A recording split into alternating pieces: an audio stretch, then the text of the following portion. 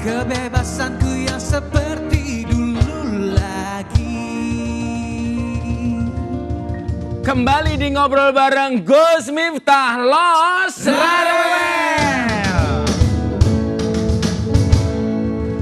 Pak Menteri, kita lihat fotonya kembali tadi. Ya. Ada dua orang yang cukup kontroversi nih, mau masuk sel mana? Lah ini Pak, ini di belakang Bapak ini. Iya. Ini kalau orang Jawa namanya Laura, Pak. Laura. Lanang ora wedok ora. Aduh, kalau bahasa kerennya apa ya? Lady boy. Wajahnya lady, kakinya boy. Keduanya kan mengajukan rehabilitasi, Pak, tapi masih ditahan. Apakah proses rehabilitasi bagi pengguna itu sebenarnya sulit apa enggak sih, Pak? Gitu. Seharusnya itu yang saya kadang-kadang sampaikan, mungkin sebagai kritik ya. Karena di dalam itu saya tahu benar banyak pengguna yang masuk. Dan kadang-kadang menjadi tidak adil kalau kita melihat biasanya yang dapat rehabilitasi itu ya yang selebriti. Yang selebritis, atau orang bilang yang punya duit umpamanya. Saya nggak mau mengatakan itu, kita yang mengatakan itu. Itu yang membuat tidak adil. Saya sudah katakan, dalam undang-undang sendiri sebetulnya begitu. Yang terakhir ini kan keket. Iya. Saya satu pandangan dengan Pak mantan Kepala BNN Pak Anang. Ya, beliau itu sependapat bahwa memang pengguna harus rehabilitasi. Nah kemarin itu keket itu kalau menurut Pak Anang ya memang kalau sudah pengguna ya rehabilitasi aja. Buat apa, tuduhkan aja pasal 127 nanti di jaksa atau hakim bisa mengeses gitu ya.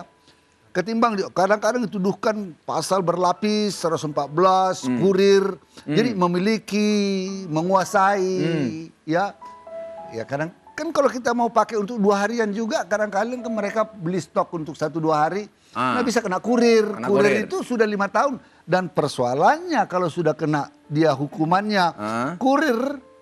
Bukan lagi pengguna berarti? Bukan lagi pengguna, pengedar, itu Pak, hukuman di atas 5 tahun dan tidak dapat remisi kalau tidak JC. Oke, kalau melihat kronisnya pengguna narkoba di Indonesia, sebenarnya yang bisa menjadi efek jera bagi pengguna itu apa menurut Pak Menteri?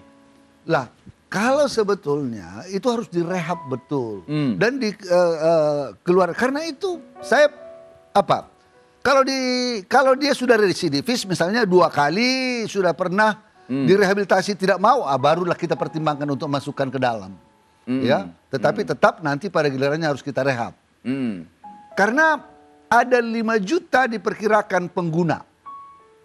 Diperkirakan pengguna yang tidak ketangkap kalau memang kita bersepakat pengguna harus dimasukkan penjara. 250-270 ribu aja kami sudah mabuk kepayang, nggak kuat lapasnya. Jadi menjadi tidak fair. Nah, saya pergi ke Belanda.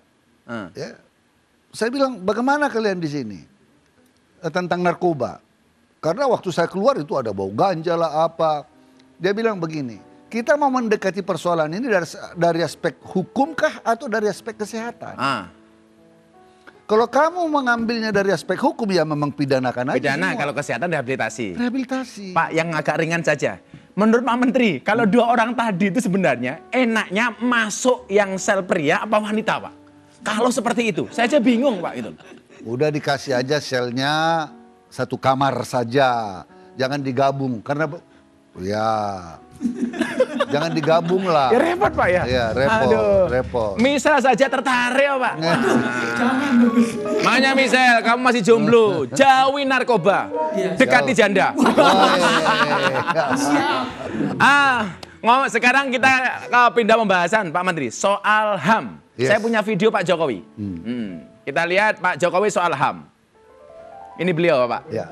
Pernah berhenti untuk menuntaskan masalah HAM masa lalu secara bijak dan bermartabat. Kita harus bekerja sama menyelesaikannya dan mencurahkan energi kita untuk kemajuan bangsa. Nah, ini ngomong soal ini, Pak. Ini saya mumpung ketemu Pak Menteri ini, saya ingin mendapatkan penjelasan langsung dari ring 1 istana. Ya kalau nggak di ngobrol bareng Gus Miftah kan kapan lagi itu loh. Terkait dengan HAM, Pak Jokowi mendapatkan rapor merah dari Komnas HAM, Pak, atas penanganan HAM di Indonesia. Apa tanggapan Pak Menteri? Ya kalau dari Komnas HAM bisa-bisa saja. Kita Termasuk sudah kontras berupaya kayaknya, Pak, ya? keras, ya. Kita sudah berupaya keras untuk menyelesaikan. Terakhir ini peristiwa Talang Sari ya. Talang Sari. Jadi kita membuat pendekatannya, kita bagi kasus-kasus yang pembuktiannya sulit, kita mau mengatakan udahlah non-judicial approach. Ketimbang kita cari-cari, misalnya kasus-kasus yang lama Semanggi, Munir. Munir dan lain-lain ya. Katakanlah Semanggi dan Trisakti dan lain-lain itu kita minta ke jaksa mengatakan enggak, bukti-bukti enggak bisa kalau diteruskan. Maka terakhir kita menyarankan non judicial approach. Peristiwa Talang Sari baru saja selesai. Kita selesaikan dengan pendekatan melibatkan pemerintah daerah, ya.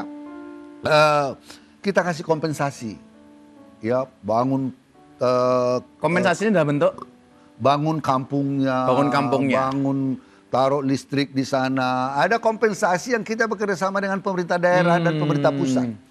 Ini juga akan approach ini akan kita lakukan di Aceh. artinya sekecil apapun tetap ada solusi dari pemerintah. Iya, seharusnya begitu. Dan ada kasus kalau kita mau berbicara tentang hal-hal yang harus hukum, memang idealnya begitu. Ya. Tapi ini kasus kan sudah sedemikian lamanya. Dan tidak semua persoalan harus diselesaikan dengan hukum. Iya. Jadi luka-luka sejarah itu pada gilirannya kita harus selesaikan. Ya. Mengapa Afrika Selatan mampu melakukan rekonsiliasi? Ya. Bahwa ke depannya kita harus lebih tegas dan keras untuk itu, yes, memang. Tetapi tidak sepenuhnya penyelesaian yudisial itu menjadi opsi yang utama dan terutama apalagi kalau memang kejaksaan merasa bahwa bukti-buktinya nggak cukup. Ini kan menurut Komnas HAM dan Kontras masih ada 12 kasus pelanggaran HAM berat di Indonesia, Pak, yang belum terselesaikan. Bahkan yang paling saya ingat persoalan Munir. Lah, perkembangan soal itu bagaimana menurut Pak Menteri? Kejaksaan kan sudah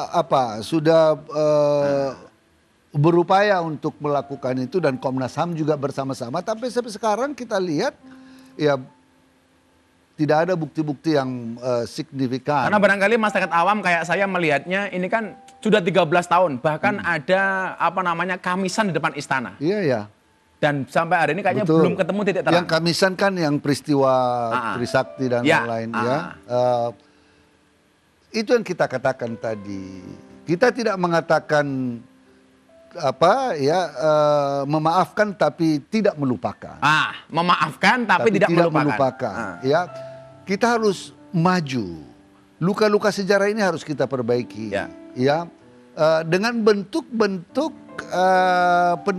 pendekatan kultural seperti Talang Sari kami sudah berhasil melakukannya. Nanti yang di Aceh kita mau teruskan, kami sudah pernah mengundang pemerintah daerah, pemerintah pusat bersama-sama dengan pemerintah daerah mencari approach yang terbaik, Pak, ya. Pendekatan Satu kata dari Pak Menteri menurut saya bagus, memaafkan tapi tidak melupakan. Nih, kamu sama pacar kamu juga begitu. Pak, saya juga punya foto nih, foto terbaru nih dari kawan Pak Menteri. Kita lihat fotonya. Nah ini Menteri Sosial dan Menteri KKP. Bagaimana pandangan Pak Menteri terhadap kasus ini? Jangan dijawab dulu Pak Menteri. Kita akan kembali setelah jeda iklan berikut ini. I miss you but I had you, my girl. I miss you but I had you, my girl. I miss you but